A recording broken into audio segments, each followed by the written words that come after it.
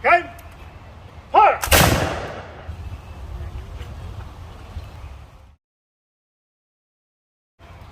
Take aim. Fire!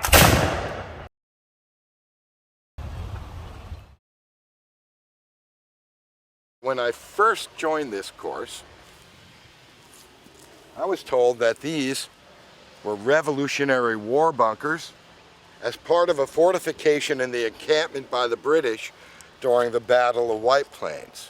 You know, it was just a short distance from here where George Washington's troops were encamped, where Washington and his men slept, that there are many places that boast that George Washington slept here. Placards and signs. We boast something else. The people who wanted to kill George Washington slept here. And there's another little bit of lore we sort of proffer here at the golf course, that even before St. Andrews and Shinnecock were built, there was a little golf layout here. 6 holes, as I understand. I'm not sure what's true, what's history, what's fiction, what's lore. And there's a lot of lore in golf. We're standing here on Weaver Street at the intersection of Scarsdale, Mamaroneck, and New Rochelle. This place is very important in the early part of the Revolutionary War. After leaving Boston, the British came to New York Harbor to try and separate the rebels that were causing so much trouble in Boston from the rest of the colonies in the South. The British landing force was the largest in any military operation until the Normandy invasion of World War II. In charge of the British forces in New York was Sir William Howe. Meanwhile, Washington's trying to take his troops from Manhattan all the way up to the safety of White Plains with the hills beyond. What we do know, based on several maps that were made by people at the time, is that between October 22nd and October 25th of 1776, as Howe was moving northward from Manhattan to try and capture the Continental Army at White Plains, that a significant British army with Hessian auxiliaries was right here in this area near the Briar Country Club. Howe continued to stall along the way. He lost a number of opportunities of cutting off the American army. At White Plains, a significant encounter occurred, especially on what we call Battle Hill. Once again, Howe delayed after the initial battle. A rainstorm and wind came in, and Washington used that rain and wind as cover to evacuate his troops. They went north across the Hudson River, made it all the way to Pennsylvania for safety. Today, that week is but a footnote in the history of the Revolution. Yet one of Washington's officers, General Gold Selleck Silliman, saw the dawdling of the British as a turning point. A mist was cast before the general's eyes. Had he not been blinded, every soul of us would have been prisoners, and the colonies must have submitted. The Lord was our protector. So one of the really fun things in doing history is to go visit a site. This looks like it's something that somebody has put together a long time ago. It definitely looks constructed. This isn't your typical Westchester stone wall. Standing right here at the Briar Country Club, many people don't realize this today, but the Revolution could have ended right here, and we would not have had a United States of America. The British encampment is memorialized just a block from the entrance to Briar. Erected in 1898 by, as it says, a son of the Revolution. That would be Colonel Henry W. Sackett.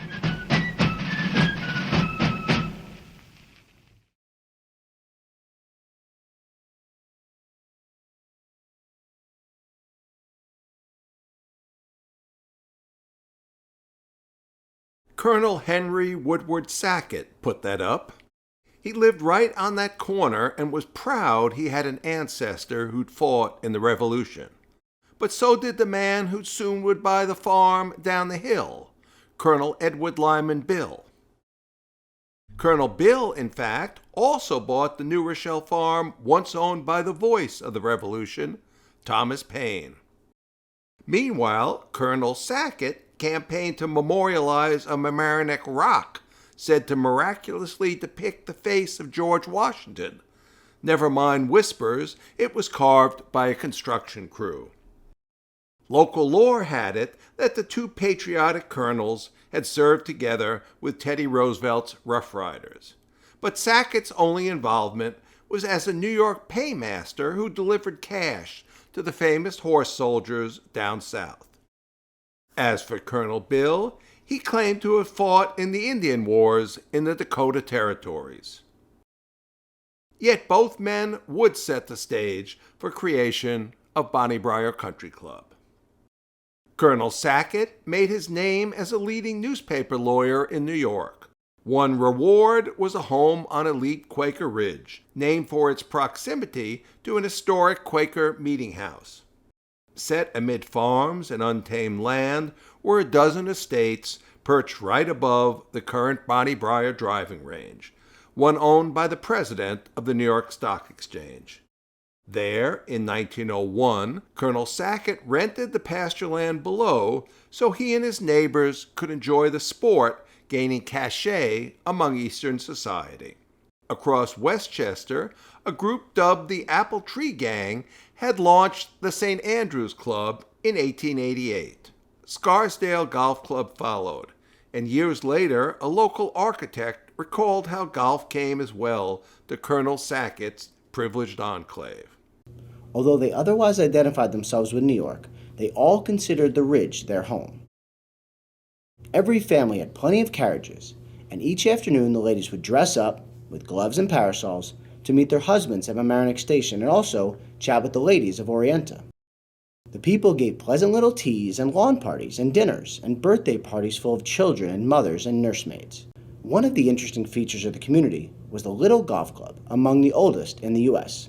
There was a tiny golf house with a porch on the edge of Colonel Sackett's property, where the wives of 8 or 10 members would take turns serving tea on Sunday afternoon. As a child, I remember these occasions, but about that time people took up motoring and interest in the Little Golf Club waned. Colonel Sackett's playground faced another challenge when the farmland it used was bought by a magazine publisher, accumulating hundreds of acres in the area. Edward Lyman Bill was from a blue blood Connecticut clan. And we're in Lyme, Connecticut, where the colonel was born. This is where the story of the Bills began, and then they spent a lot of time in the city and spent a lot of time in New Rochelle and worked with your club, and then always returned to Lyme. The Bill family goes back to printers commissioned by the king in the 1500s and came over in the Great Migration and traces lineage back to both those ships and the Mayflower. Colonel Bill was born in a small cape about 5 miles south of here and disappeared for a while and went out west and then came back to court a wife. Both Caroline and Colonel Bill went to the city where he joined with other families in the family tradition of printing and formed Bill Publications.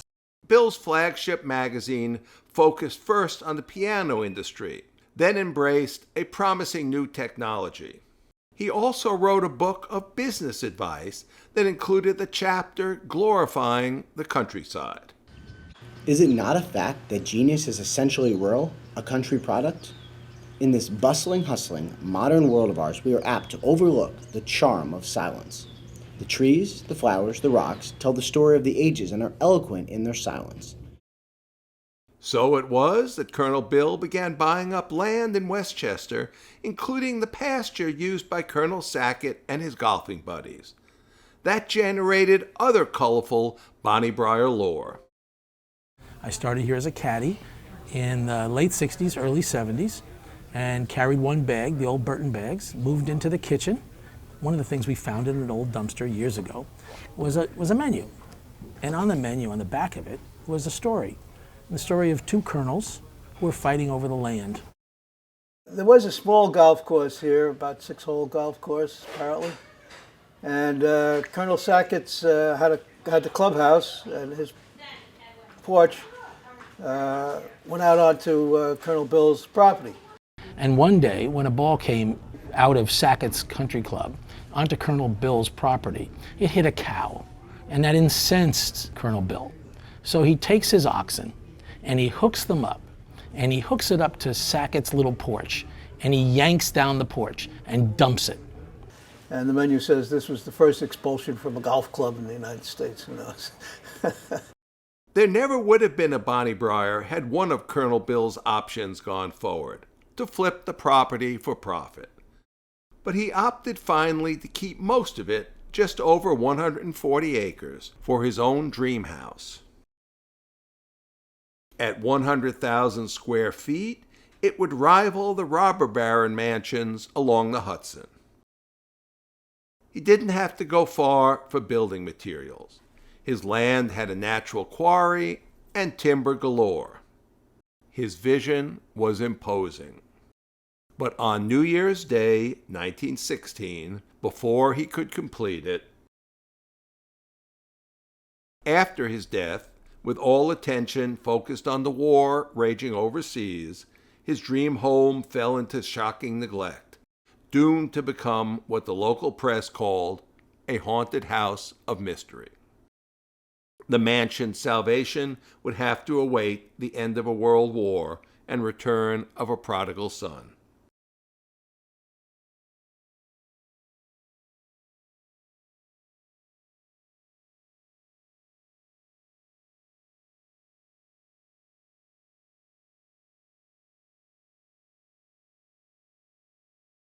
He was named Winthrop at birth and was lucky to survive, an aunt recalled.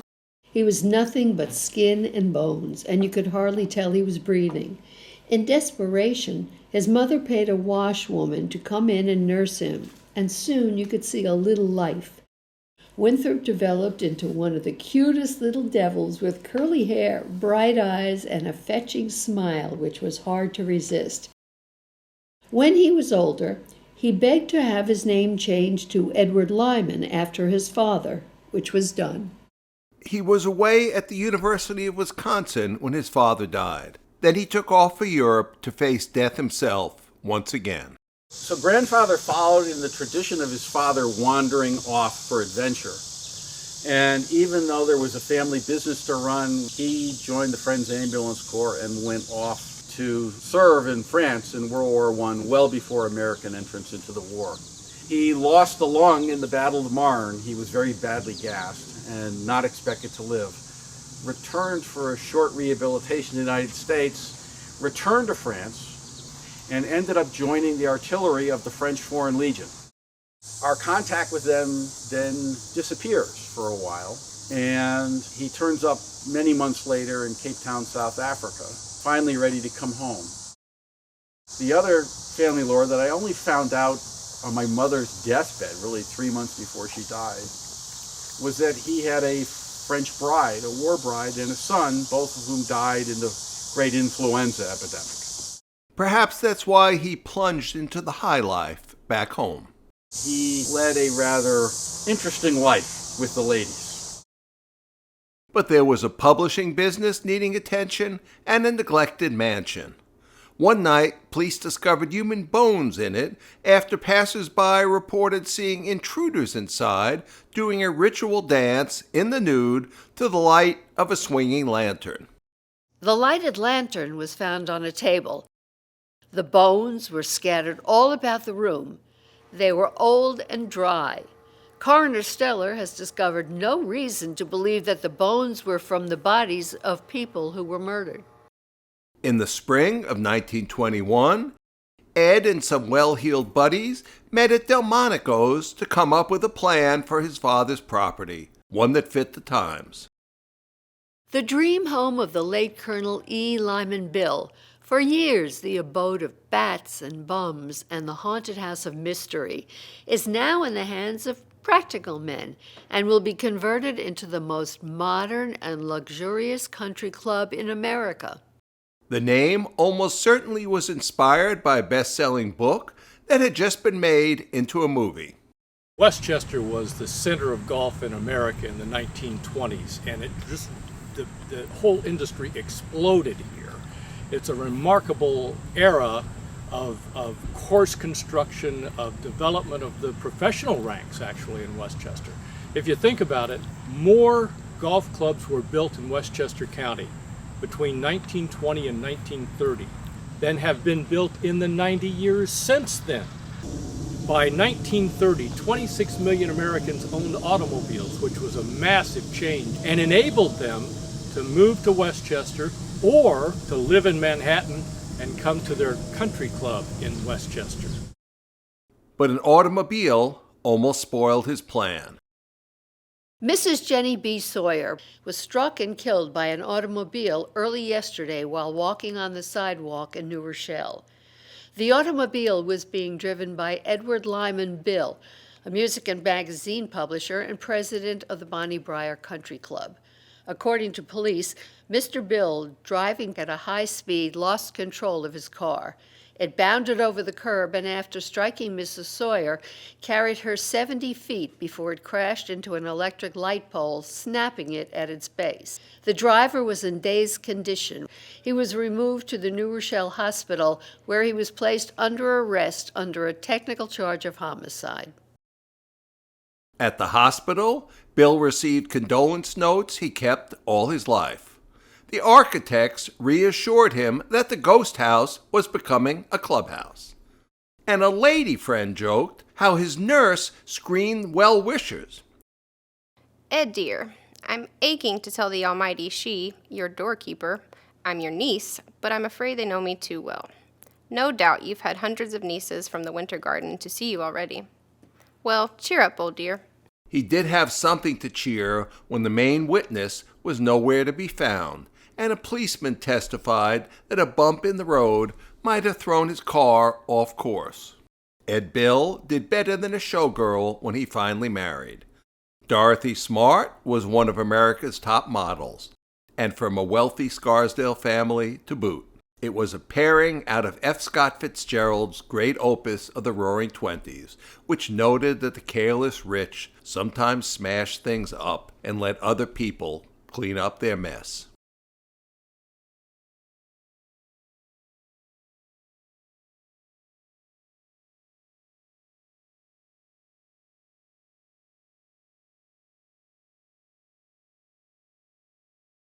This is the earliest surviving photo of Bonnie Briar. Though the club was incorporated in 1921, the first 9 holes were not ready until 1922, and the full 18 did not open until Decoration Day 1923, what's now Memorial Day. To create the course, Ed Bill's club picked an architect who wrote his Columbia classmates that he'd led, quote, a pleasant and amiable life, defined by good health, a good farm, and an ability to drive a golf ball 250 yards. Indeed, it was remarked by an exasperated individual that Emmett could not possibly conceive of any other use to which any given piece of real estate could be put except to lay out a golf course. It was a real change in who was supporting the burgeoning golf community in the United States. Prior to that, it had been the immigrant Scottish professionals who had come over. They were the instructors who were teaching the game. They were the club makers who were actually making your golf clubs, your irons and your drivers. They were the designers of golf courses right around 1910. And there was a whole new group of individuals that emerged to become the first real group of American-born golf course architects, really accomplished amateur players who were, because of their skills as players, asked by influential individuals to come and to start to design golf courses. None of them really had a sense of what a true golf course might have looked like. Those early designs in this country were very primitive designs with very geometric features, square tees, perfectly circular greens. What they started to do is actually make the pilgrimage over to the British Isles and start to study what were generally regarded as either the best golf courses or the best golf holes. One of the most influential of those architects was Charles Blair Macdonald, 1895 U.S. amateur champion. Macdonald goes over exactly on this sort of mission. He takes a friend over with him, who's Devereaux Emmett. Emmett was born down the street here. He was born in Pelham, New York. His great-grandfather was an important person in terms of the Irish independence movement. He was jailed in Dublin, and ultimately he was actually hung for treason. Emmett came from very good stock. He was a society guy. His typical year would be buying hunting dogs, then raising them down south in the summer. Then, in the fall, he had the awesome responsibility of traveling over to the British Isles, selling some of the dogs, and then playing golf in Ireland as well as in Great Britain. Emmett goes along with MacDonald, and together they set out to identify the best holes, measure the best holes, and to bring those template holes back. And that's what we see MacDonald start to create, right? His masterpiece, National Golf Links out in Southampton on Long Island. These dramatic MacDonald designs were moments of earth moving on massive scales that had never been seen before. Emmett comes back with actually a minimalist conception of what a golf course can be and it should be. And he sets about building golf courses, and we see great examples of it here at Bonnie Briar, where he just completely accepts the slopes and the topography that exists on the site. He walked the ground and listened and looked at the land.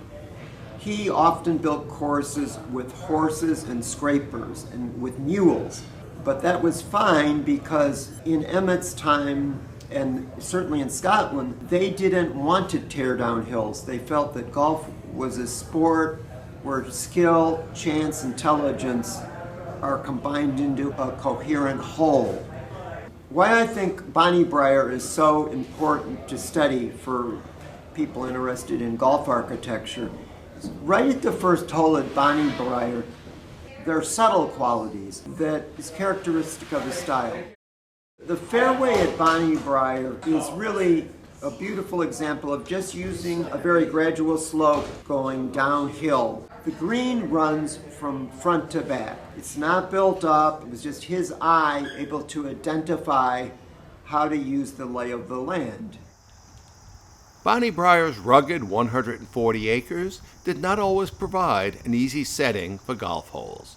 Lore has it that Emmett thus sought help from the man creating two courses across Fenimore Road.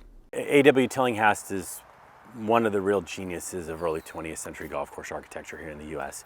He was an artist, first and foremost. He was one of the earliest known golf photographers. He was a watercolorist. In Tillinghast golf courses, we see something fundamentally different from what we see in any of his other peers, which is a keen awareness of the visual interest that can be created on a landscape by moving earth around. What he does here in Westchester County at Quaker Ridge, at Wingfoot, and here at Bonnie Briar, enough to suggest that some of the apocryphal stories may in fact be true. He puts tees and greens on top of those rock ridges, lets you play through them, between them, up onto the top of them. And there's this rise and fall of the landscape like waves. No surviving record details exactly what Tillinghast did, but there is evidence that his role at Bonnie Briar is not mere conjecture. He named the project in an advertisement listing his work. And you can understand how just across the road at Bonnie Briar, where you have an even more extreme landscape with the boulders, with the rocks, that Tillinghast could have been called in to solve some particular problems for Devereux Emmett. Emmett is the opposite of Tillinghast. He's taking the landscape as he is, he's putting features on it. He's got a routing now that hits a bedrock ridge. So you look at the locations of the 3rd hole, the 5th hole, the 7th hole, maybe the 14th hole, 3, 5, and 7, it's clearly visible. You can see where Emmett would have had a hard time solving for that problem. Everybody knows Tillinghast just solved it across the road. So let's pull him over and let's ask him to take a look at these unique topographical problems, knowing that he's figured out the solution.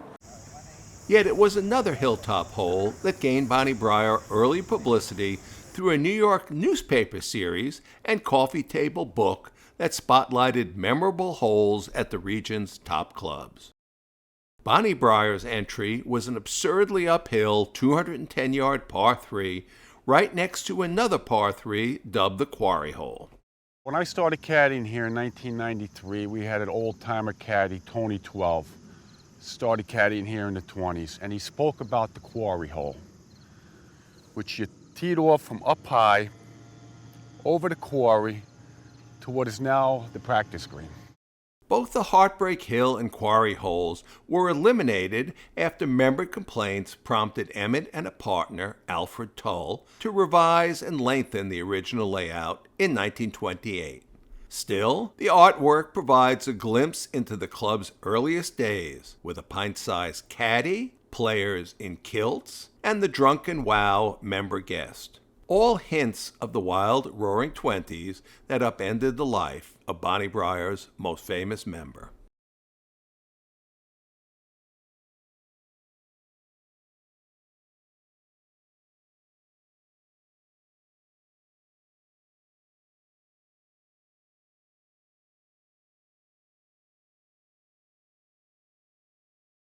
We know a lot about Norman Rockwell in the Roaring Twenties, thanks to his own remarkably candid account years later.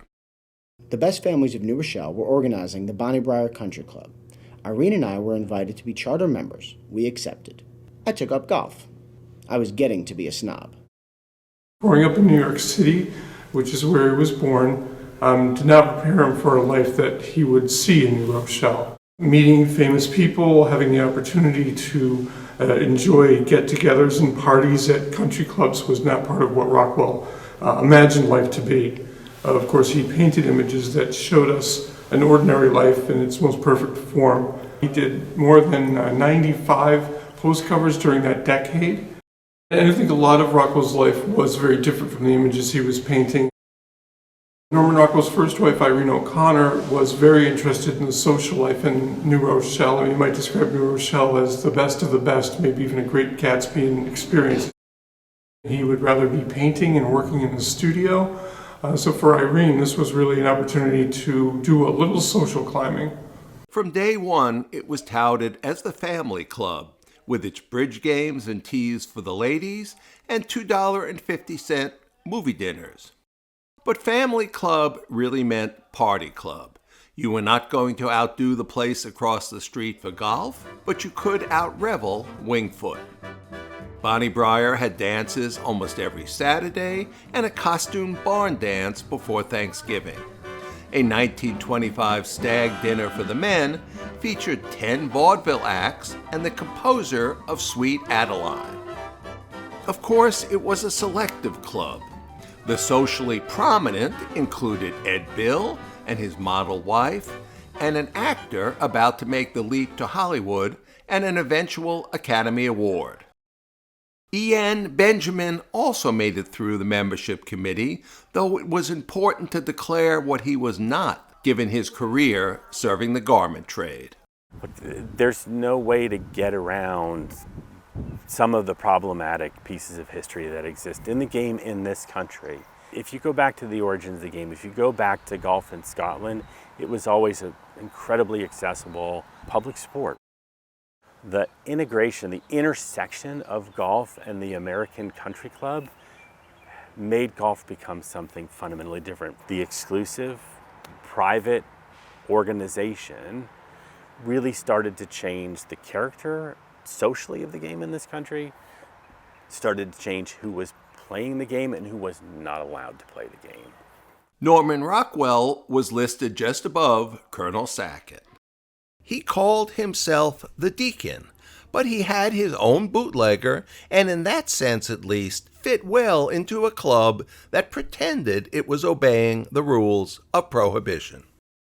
Everyone drank quite a lot and partook of everyone else without much regard for marital distinctions. The only rule of conduct was that nothing be taken seriously. As long as you didn't fall in love or become self-righteous, whatever you did was accepted. I bought a complete golfing outfit at Brooks Brothers. Tight, trim, tweed knickerbockers, a tweedy cap. All very British. Afternoons, I'd dress up and ride to the club in my canary yellow Apperson Jackrabbit, a racy roadster, my golf bag propped up on the back seat, my cap at a jaunty angle, the wind whipping my pipe smoke out behind me. What could be sillier? I didn't even enjoy golf. I suspended judgment and lived in sort of a fog of imagined grandeur. He wondered whether other members viewed him as a celebrity pet, but he still used their children as models. My work didn't change. I kept right on doing the same dogs and little boys and old men.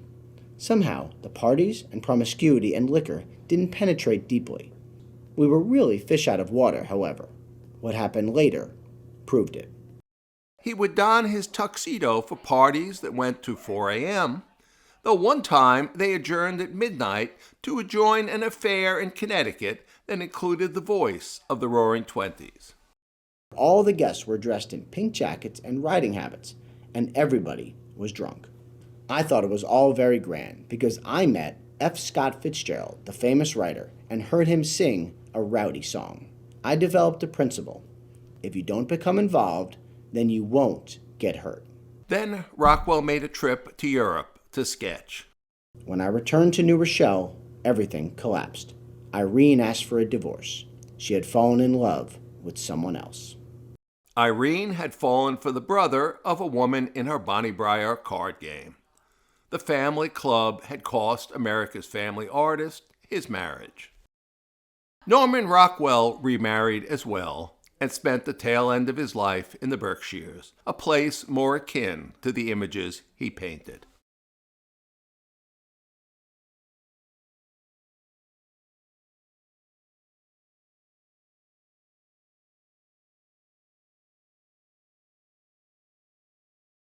I thought my father actually owned Bonnie Briar, and my mom would bring him up here at 7 in the morning, and we'd come up and pick him up at 7 at night, and he usually would be on the putting green.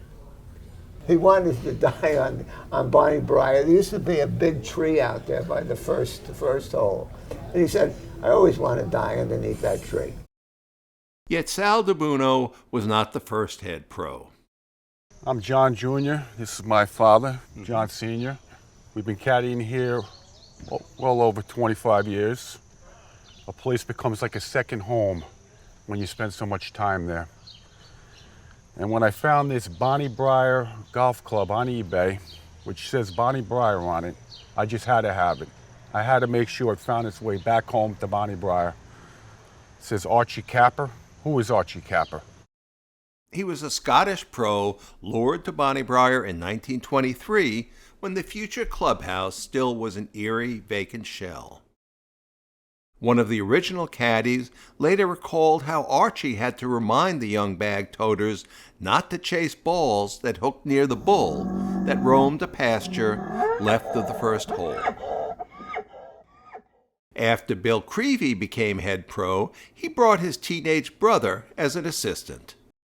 Young Tom Creevy had just won the Westchester Caddy Tournament and didn't stop winning until he captured the PGA Championship against the nation's best pros.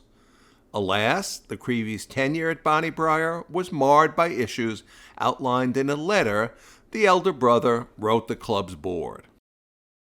Owing to the fact that there have been complaints of my actions and appearance, I want to make the following promises to you. I will not drink on the club property. I will make every effort to keep from fraternizing with the members of the club in the locker room. I will refrain from having dogs around the professional shop.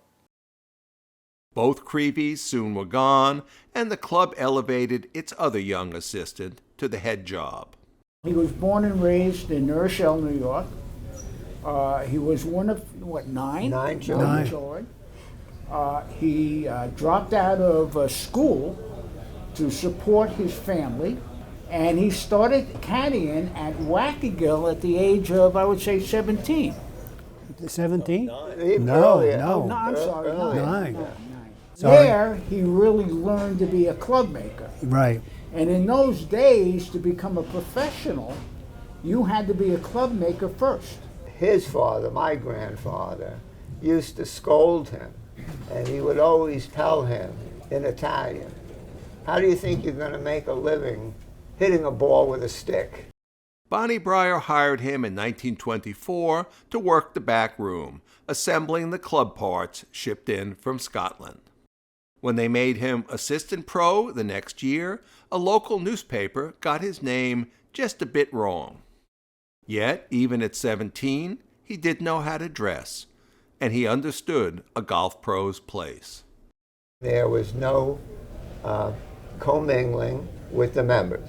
You just didn't do that. You played with them, you had your day of golf, you come to the 18th, and he tip his hat and say goodbye, thank you, and that's where it left off. He went to the golf shop, the member went to the clubhouse, and they never associated in a dining room. Sal was not the only one limited by club rules. Women shall have full golf privileges, Monday to Friday inclusive. They may not play on Saturday afternoons, Sunday mornings, or any time on holidays. High-heeled shoes are not permitted on the putting greens. Ladies, please take notice. From his first day, Sal handled gripes that would be familiar in any age. Crowded weekend play, unfilled divots, and players not keeping up handicaps. Fortunately, he did not have to handle the common complaint about the dining room. Why did it never earn a profit?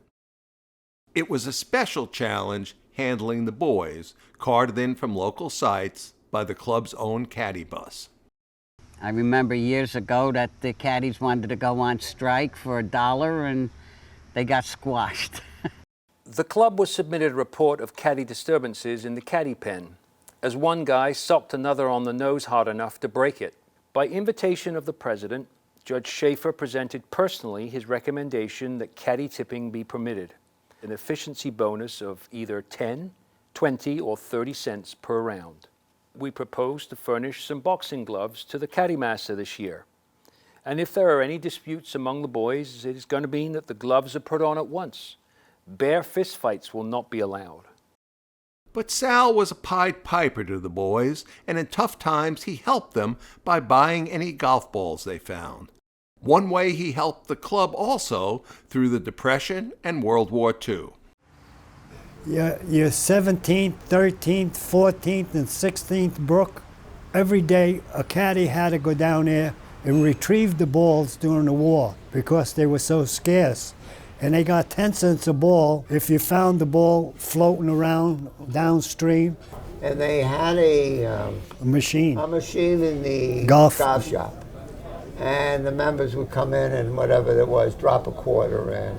And if you got, let's say 3 cherries. You got a ball. You got a ball. I remember that. Yeah. Yet even those hard times yielded benefits. One of the great things about Bonnie Briar is if you hang around long enough, you'll learn that Benny Goodman played here and was paid $20. During those down days, the tennis pro was paid $1 for Saturday and Sunday plus lunch. He did arrange an exhibition, however, featuring the doubles partner of Bill Tilden. 500 people attended. During the Depression, Sal offered to do the greenskeeping job and forego his own $75 monthly salary, relying on lessons and merchandise for his income. But the club revered the veteran greenskeeper, Dominic, who was Italian, as was the veteran caddy master, Zit Turiano, who had been a caddy with Sal back in their teenage days at Waikago.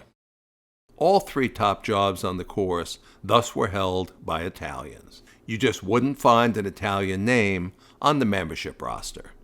That's right. None. It was strictly a Scottish-Irish club. There were no Italians. I guess there was a code, sort of at most of the clubs.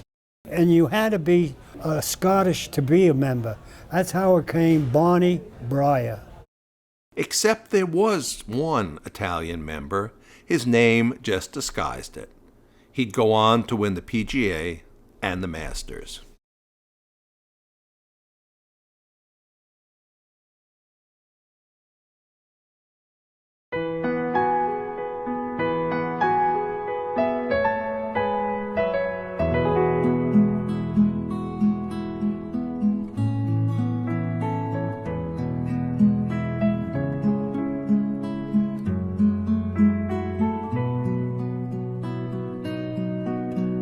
His father was originally here.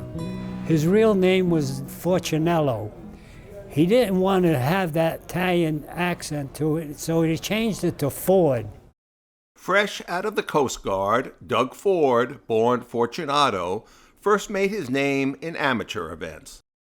But while honing his game at Briar, he found easy pickings at public courses such as Saxon Woods. And at that time, well, they did a lot of gambling. And they come to the 10th hole, and Doug happened to be over the ball, and the guy says, "You touched the ball." He says, "I'm tired of you guys." He picked up his ball and he says, "I'm going to the tour." In his first local tournament as a pro, Ford shot an impressive 69 at Winged Foot. But he was 4 shots behind the home pro, Claude Harmon, and 3 behind Briar's head pro. Sal drove the ball 100 yards shorter than the pros of today, but held his own with the names of his day. His pal, Tony Monero, stopped by Briar right after winning the U.S. Open and promptly set the course record. Sal settled for a 69. But 2 other Briar players were earning the most headlines during the 1940s and 50s. Bobby and Billy. The Kunst brothers. The Kunst brothers, Billy and Bob. My dad taught them from when they were youngsters. And I think they both went to Yale, and Bob was the captain of the Yale team. And one of them played not only in the Masters, but in the U.S. Open, made a hole-in-one in the U.S. Open. And they were very dominant amateurs. You can see looking at the board of the club championship. In one final, Bob closed out Bill on the 15th hole, so the brothers played the last 3 holes just for fun, and Bob went eagle, eagle, eagle. He sometimes drove Briar's last green. One of Bob's heralded victories was on familiar turf. As the brothers started having kids themselves, they remained devoted to the family club that their father had served as president. It was a club that was bustling with activity. They were county champs in swimming for 2 years. There was a very, very adept tennis team. There was diving as well as swimming. And there was a wonderful junior golf program that took us around all the best clubs. Yet when an 8-page tribute to the Kunst brothers was published years later, it came from the golf-only club across the street. The tribute noted an ominous development.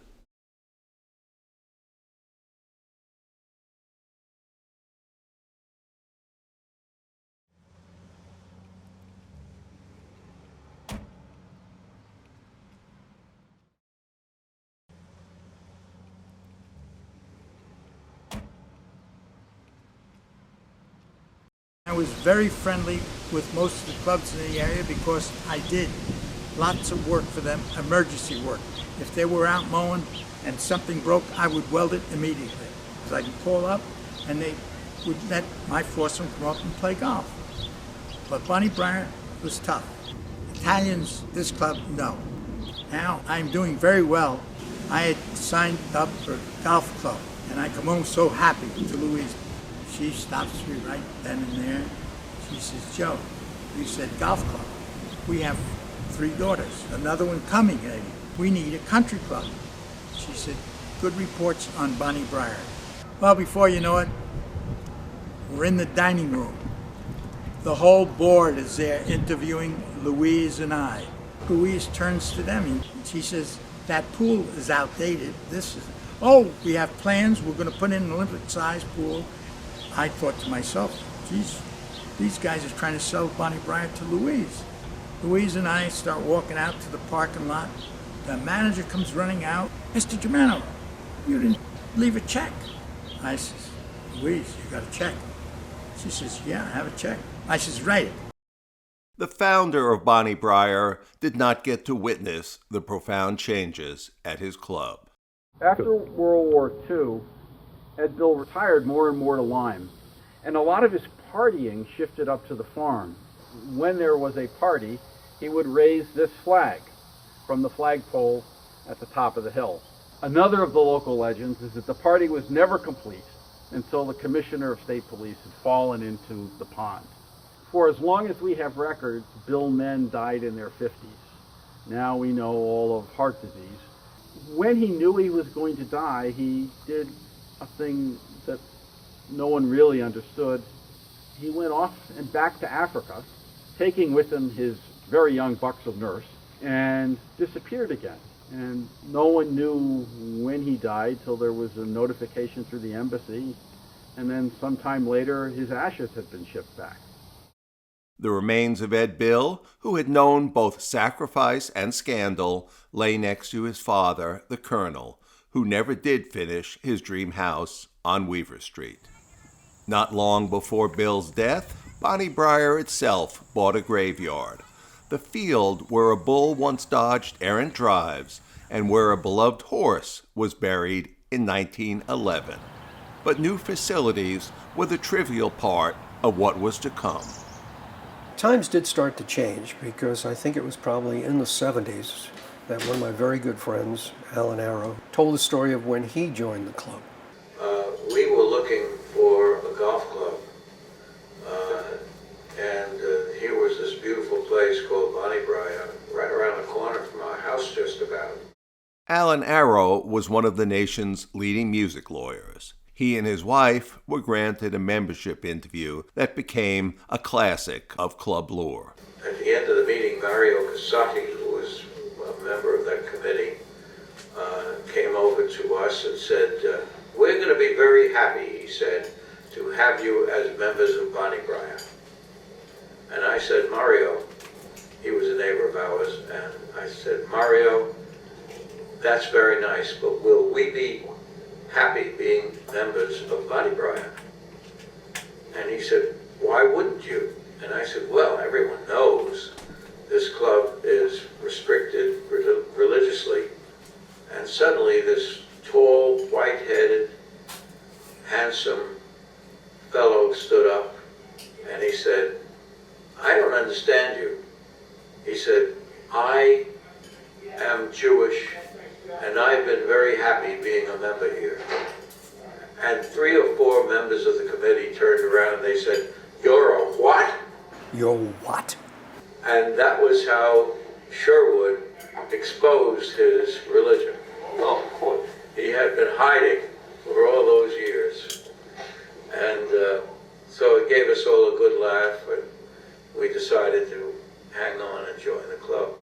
Construction of new golf courses in the 1960s was one factor creating competition for members. Tax regulations were another, making it harder to deduct club expenses and to support multiple memberships. Wingfoot was the place where you played your serious golf. Here was your fun golf and parties. And there was some 70 to 100 members of Bonnie Briar and Wingfoot together.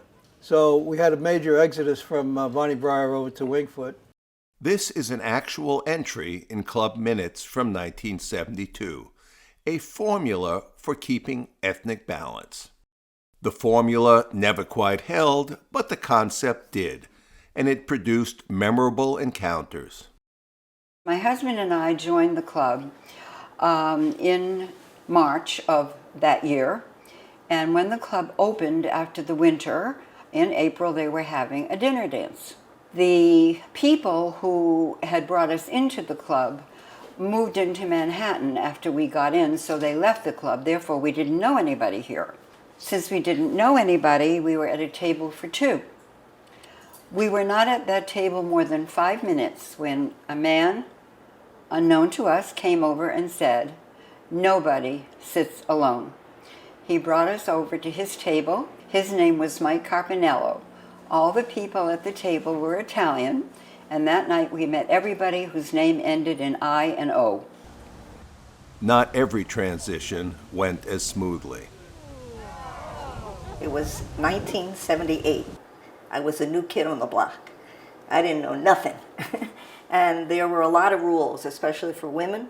So I happened to be up in the locker room, and there was this locker room lady, Ann, and she was very scary. And she said, "You're not allowed to get naked by your locker. You can change, but you cannot be naked in front of your locker." So I was thinking, the hell with her. If I want to be naked, I'm going to be naked. So I'm changing, I'm naked, and all of a sudden I hear footsteps. like these heavy duty, I'm scared to death. I said, oh my God, she's coming, what am I gonna do? And my locker is right in front of me. I open the locker, I jump inside and shut it.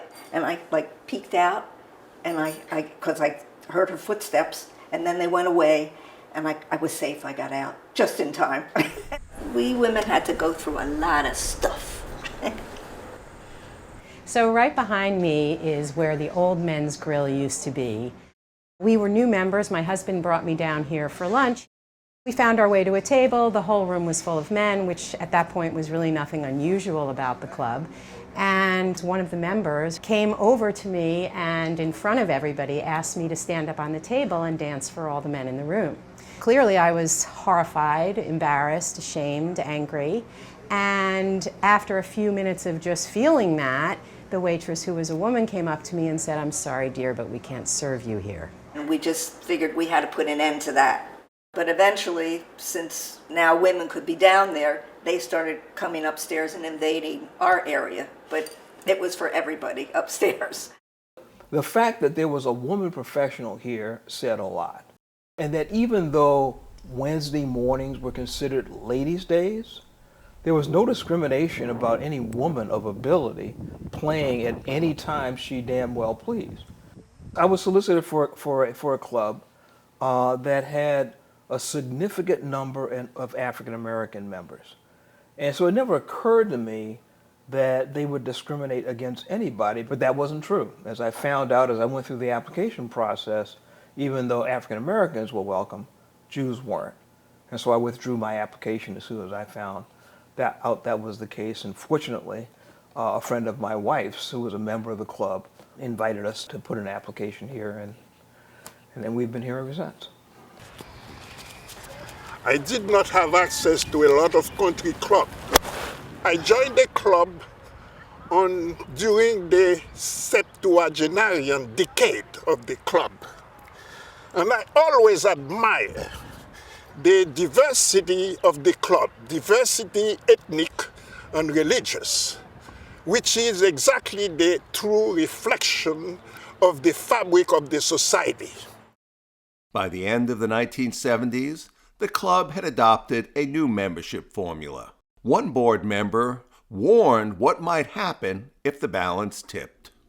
Alan Arrow said another issue should rule.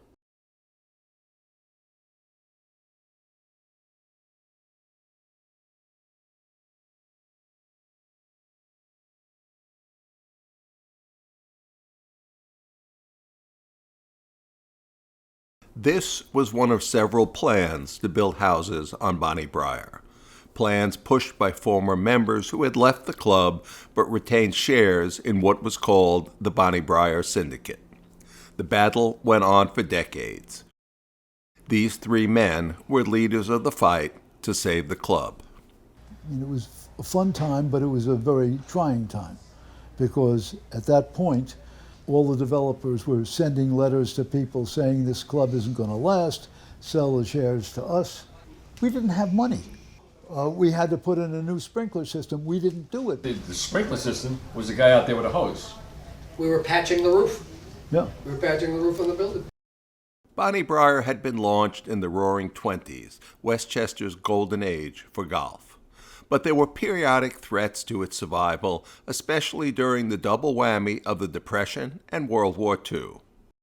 Club documents warned of unpaid bills and debt in dire language and occasionally a touch of humor. As early as 1947, club officials warned of the need to keep enough cash on hand to buy up ownership shares of members who left. But that became a challenge when the 1960s saw an exodus of old-time members. In 1963, some of the departed had harsh language for the club's offer of $1,250 for their shares. That was slightly more than most had paid, but the syndicate said $9,000 to $10,000 was the real value, based on an ominous new development.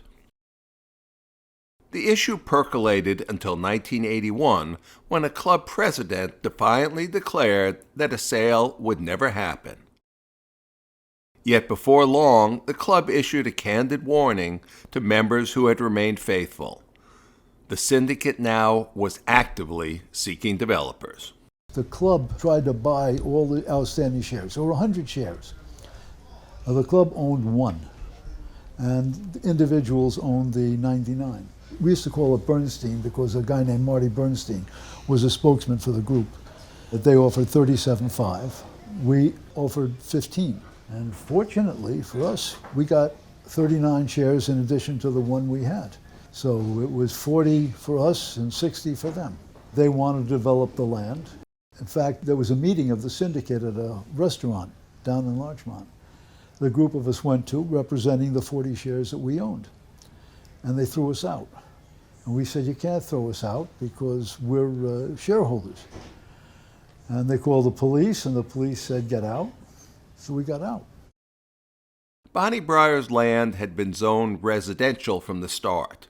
The Bernstein plan called for a cluster of 71 houses around the 6th, 7th, and 8th holes, with a much reduced golf course around it. The club leaders were not the only ones raising doubts. Bonnie Briar's land served as a catch basin for overflow from the Shellrake River. The significance was spotlighted at another meeting, and no one was going to throw out a local fixture who had served on the command ship during one of the century's most perilous battles. The League of Women Voters had a big meeting on Bonnie Briar, and it was held at Bruce Berenger's house right across the 3rd tee, right? Big house in there. They had to close up Fenimore Road. I says, I'm not going to speak because I'm a member of Bonnie Briar. I'm going to speak as a resident, 70-year resident at the time, 70-year resident of the town of Mamaroneck. I was born there. I said that the village of Mamaroneck should not go under water more than it does at this time. If Bonnie Briar has homes built on it, we're going to be flooded. And I mean flooded. Having homes up here, the water would rush down to Mamaroneck. The town of Mamaroneck rezoned the property from residential to private recreational. Not only this property, but Wingfoot and part of Hampshire. When the town rezoned this, the Bernstein Group sued the town. And the Supreme Court here turned them down, went up to the Court of Appeals, the highest court in the state, turned them down. They applied to the Supreme Court of the United States and they refused to hear it. And then they started seeing the light. The developer, Marty Bernstein, saw the light because he realized that you can't build. So we made a deal, we bought him out. At that point, when we bought him out, we had 75 members left. We had the Bye-Bye Bernstein party. No, it was a bye-bye Bernstein. It was a Bye-Bye Bernstein. We had a bye-bye Bernstein party. And we were more than happy at the time to have the judge come over and play as our guest. A new event now honors the members who resisted the developer's lucrative offer.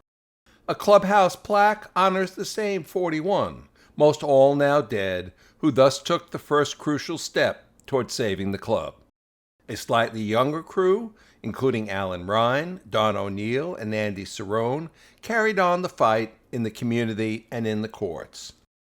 But yet another generation then had the job of rebuilding Bonnie Briar into the booming, pristine club you see today.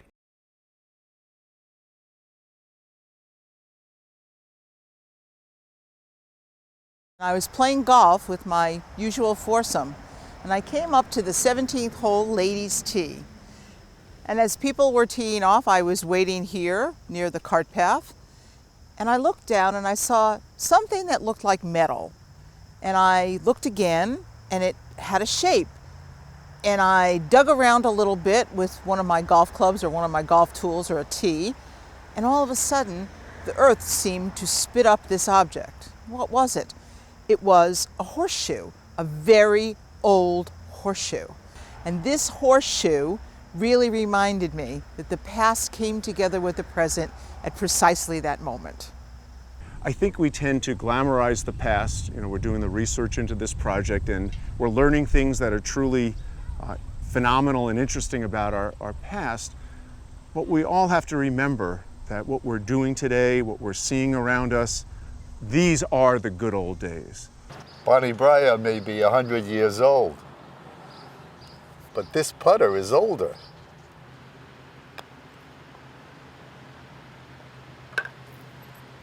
Yay!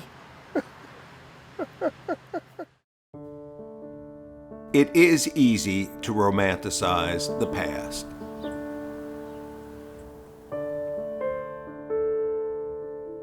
And not recognize just how far we've come.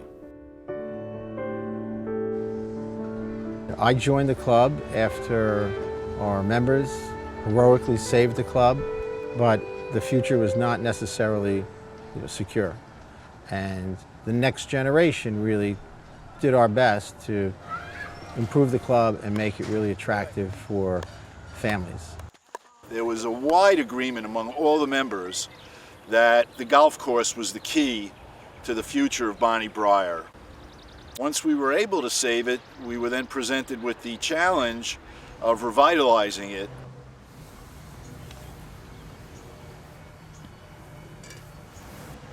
You rarely see courses like this anymore. Every hole different, layout according to the terrain of the land. There's nothing artificial about it. When the course was returned to the members, we decided that playability was the main thing that we needed to work on. And we started a big drill and fill program on the greens to get the greens to drain. And then we started redoing the bunkers. We have a greens superintendent, his name's Nick Lerner. He started uncovering the rocks that were around here.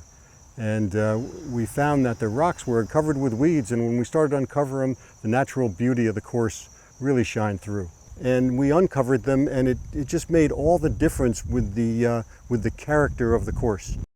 One day, Dave Weisberger, who was Green and Grounds chairman, said, "We got to uncover that rock." It was phenomenal to uncover it, and it became a feature. It's just something else to look at, some more natural beauty around the place. In the 7 years that I was on the board, the initial priorities went to the golf course, but then the second priority began to be how do we make people really want to make the clubhouse their own. At the time, we had a bar that was a small, dark, serpentine bar with red leather seats, dark, uninviting. Only a few gentlemen after golf could convene there and have their drinks. It wasn't really welcoming to all the members. So we proposed a building program. And the first place we started was where we're sitting, the Bonnie Briar Bar. It took 6-foot diameter saws to cut through these stone archways. I was here every day for almost a year. The bar has turned out to be the profit center of the club, the social center of the club, and everything else you can imagine. This was really the start of the entire club renewal. However, I would say that every time the board proposed taking down the entire clubhouse and starting from scratch, there was always an outcry from the membership because they love the antiquity of the house, they love the charm of it, and they really never wanted to rip it down. You know, us golf pros, we don't wear suit and ties anymore, but what an honor it is to serve as the head golf professional here at Bonnie Briar Country Club, where Sal DeBono served for over 50 years here. When taking the job here at the club, what I discovered was a booming membership and a pristine golf course. What a phenomenal place. I've seen in the clubhouse that Bonnie Briar has produced some great golfers over the years, and you know what? We still are producing champions. Shot, Dill.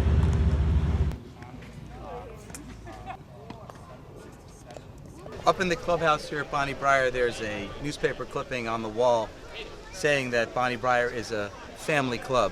Well, it is a family club. This guy right here is my dad. I've watched him win the club championship 3 times. And then he got to watch me win it once. It's a family club. Here we stand at our centenary, and looking back to 1921, the club was founded as the world was coming out of a global pandemic, and here we are again. Yes! The club has weathered 100 years of history through the Wall Street crash, the Great Depression, the Second World War, attempts by developers to buy the course, now COVID-19. But through all this, the human spirit endures and the Bonnie Briar spirit endures. Yes! Here we go, Rock! Here we go, Rock! I was like.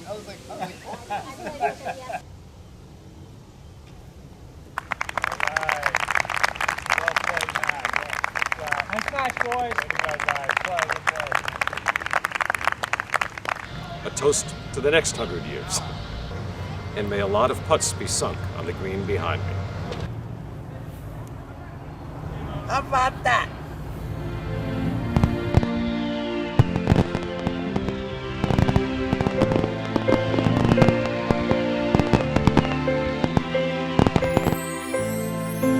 Cheers!